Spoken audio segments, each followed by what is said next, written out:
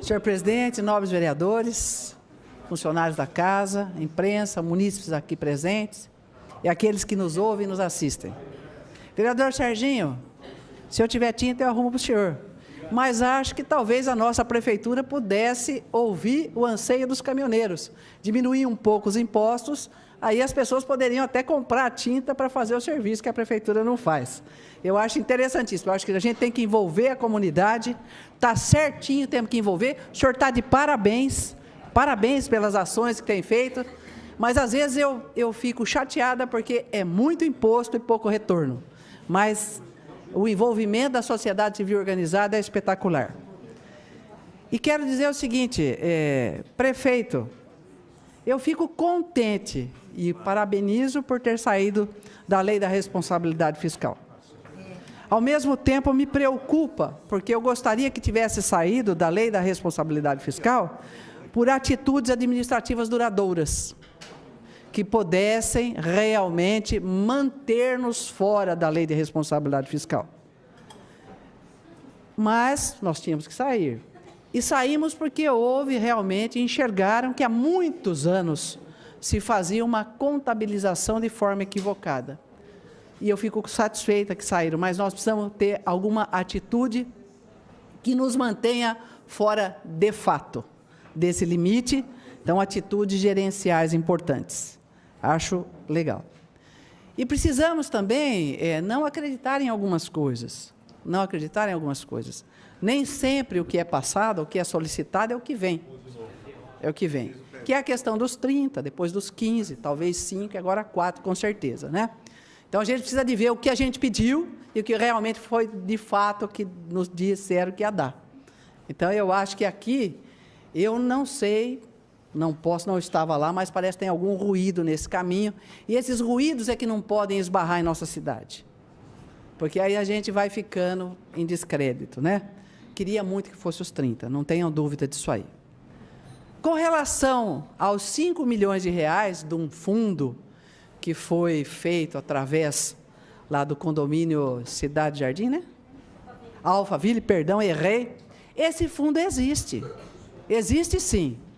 Já há algum tempo existe um diálogo entre o vereador Meira, o vereador Segala, Chiara, eu, sobre a questão desse fundo. Inclusive com o vereador Segala, já tendo conversado com o promotor e nós estávamos aguardando uma reunião. E ficamos contentes que hoje haja o engajamento de mais pessoas, mas isso realmente existe, já era sabedouro. Foi até mesmo dito numa reunião de condôminos daquela região, onde estava presente o vereador Meira, a vereadora Segala, eu e uma representante do nobre vereador Segala, né? Me honra com a parte, vereador. Vereadora Thelma, é só para acrescentar um dado. Eu acabo de conversar por telefone com algumas pessoas diretamente envolvidas e estou informando a todos aqui o seguinte: quando da construção do loteamento, a prefeitura solicitou a elaboração de um estudo de impacto de vizinhança para conhecer o problema ali do acréscimo de pessoas transitando por aquela avenida. A Alphaville contratou uma empresa, segundo consta, é a empresa mais conceituada do país nessa matéria, e essa empresa apresentou um estudo dizendo que não haveria acréscimo, não haveria problema com a construção do loteamento onde estava. O promotor de justiça não aceitou a conclusão, porque parte do movimento, o estudo admitiu ser feito pela estrada. Então, foi exigido de Alphaville que a Alphaville fizesse um depósito para garantir que, se o estudo de impacto de vizinhança que ele fez fosse anulado judicialmente, porque houve uma ação nesse sentido, que ele bancaria a diferença que seria necessária para fazer as melhorias naquele local. Alphaville, então, contratou um seguro bancário. Não há dinheiro depositado. É um seguro bancário no valor de 5 ou 6 milhões, não tenho essa precisão de informação, mas que só vai estar à disposição para execução de obra, não em dinheiro, para execução de obra, caso a ação onde o EIV está sendo julgado, ação essa que eu conversei com o advogado agora, está em andamento, não terminou, está em São Paulo, no tribunal, portanto, não há garantia nenhuma de que esse dinheiro vai poder, primeiro que não será dinheiro, será em obra, segundo que pode, de repente, a Alphaville ganhar essa ação aí, não haverá aporte nenhum, tá bem? Olha, pelo menos nós temos uma luz no fim do túnel, que é um seguro. E tomara que a Alphaville perca, com todo respeito ao Alphaville, né? Em nome da cidade. Não estou desejando nada de mal a ninguém, não. A gente tem que ver aí que ali está insustentável. Esse estudo, talvez a época, mas vamos torcer para que haja uma luz e que nós consigamos ter esse dinheiro, né? Um outro assunto que eu gostaria de colocar é a questão da greve. Eu digo o seguinte, nós não podemos olhar o seguinte, greve, não é isso. Nós temos que ter uma análise mais profunda.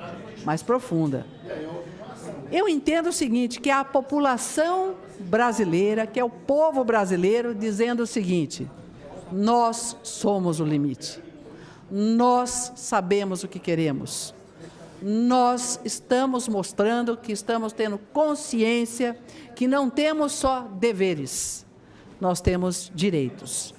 Então, eu acho isso muito interessante. Quero dizer que, ao longo desses anos, o que nós vimos foi uma grande inversão de valores nesse país, aonde não se governa para a melhoria da qualidade de vida da população, do povo brasileiro.